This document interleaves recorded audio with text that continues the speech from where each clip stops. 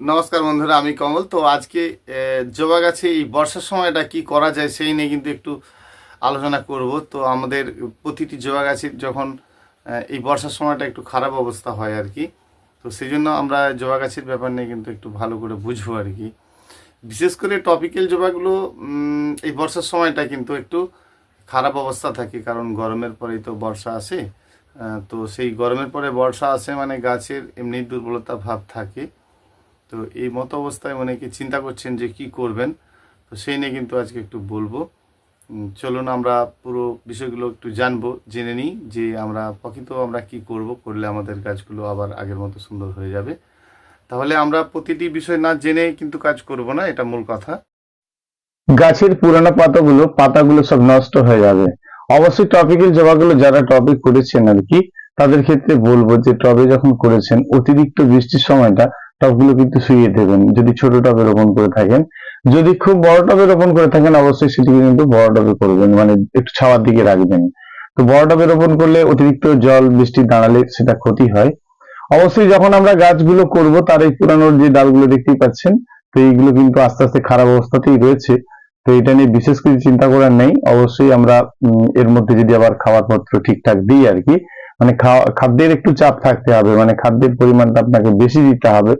সেই জন্য অবশ্যই আপনি কিন্তু খাদ্য একটু দেবেন, ভালো রকম খাদ্য দেবেন। খাদ্যটা যদি আপনি ধরুন বেশি পরিমাণে দিতে চান তো দেবেন, সেটা কিন্তু একটু মাটির সঙ্গে মেখে নিয়ে তৈরি করে দিতে পারেন, বা যে প্রসেস গুলো আগেও বলেছি, যেমন লিকুইড খাদ্য অনেকে বর্ষার সময় দিলে যদি বৃষ্টির জল খায় সেক্ষেত্রে কিন্তু খারাপ।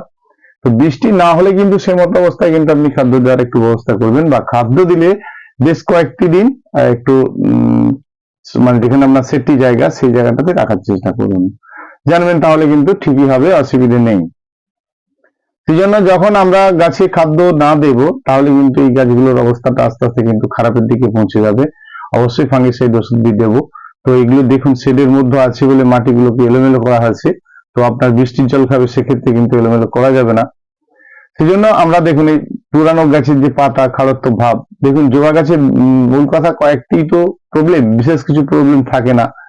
এই মাঝে মধ্যে দেখবেন গুটি পোকায় পুরো চামড়া গুলো খেয়ে নেয়, বা গাছের মধ্যে একটু হলদেটে ভাব থাকে, গাছের এরকম মজরানো ভাব থাকে, মানে একেবারে যেন মরে যাবে এরকম ব্যাপার গাছ।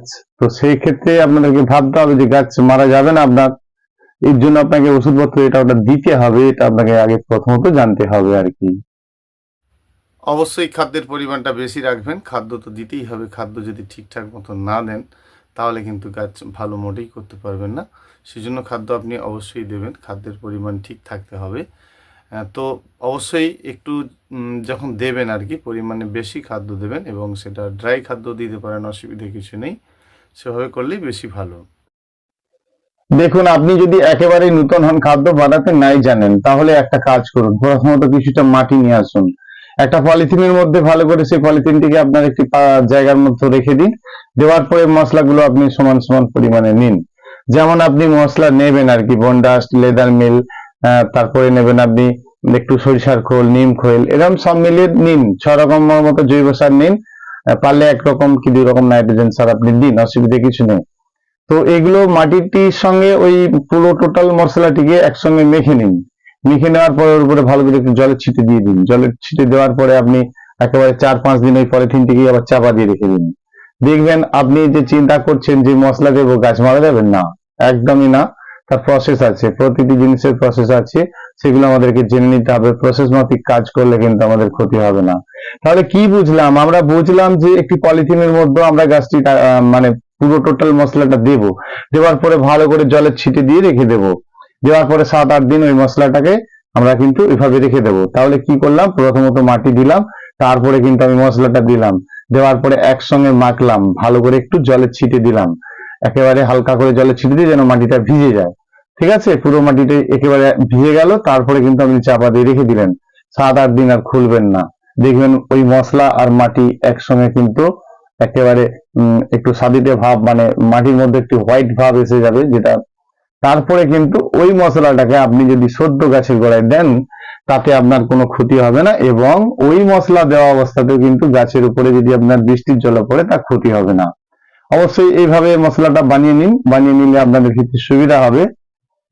তো অনেকেই পচিয়ে খাদ্যটা দেন, তো পচা খাদ্য যারা দেন তাদের ক্ষেত্রে বলবো কোনো অসুবিধা নেই। তাহলে আপনাকে প্রথমত মাটিকে একটু এলোমেলো করে খুপড়ে দিতে হয়, কিন্তু বর্ষাকালে তা তো আপনি করতে পারবেন না। যদি আপনার শেডের মধ্যে থাকে তাহলে করবেন, আর যদি শেডের মধ্যে না থাকে তাহলে ভালো করে এমনি মাটিটা শুকনো করবেন, তারপরে পচা খাদ্যটা আপনি দেবেন। দেওয়ার পরে এই পচা খাদ্য কিন্তু শুকনো হলে তবেই আপনি জলটা দেবেন।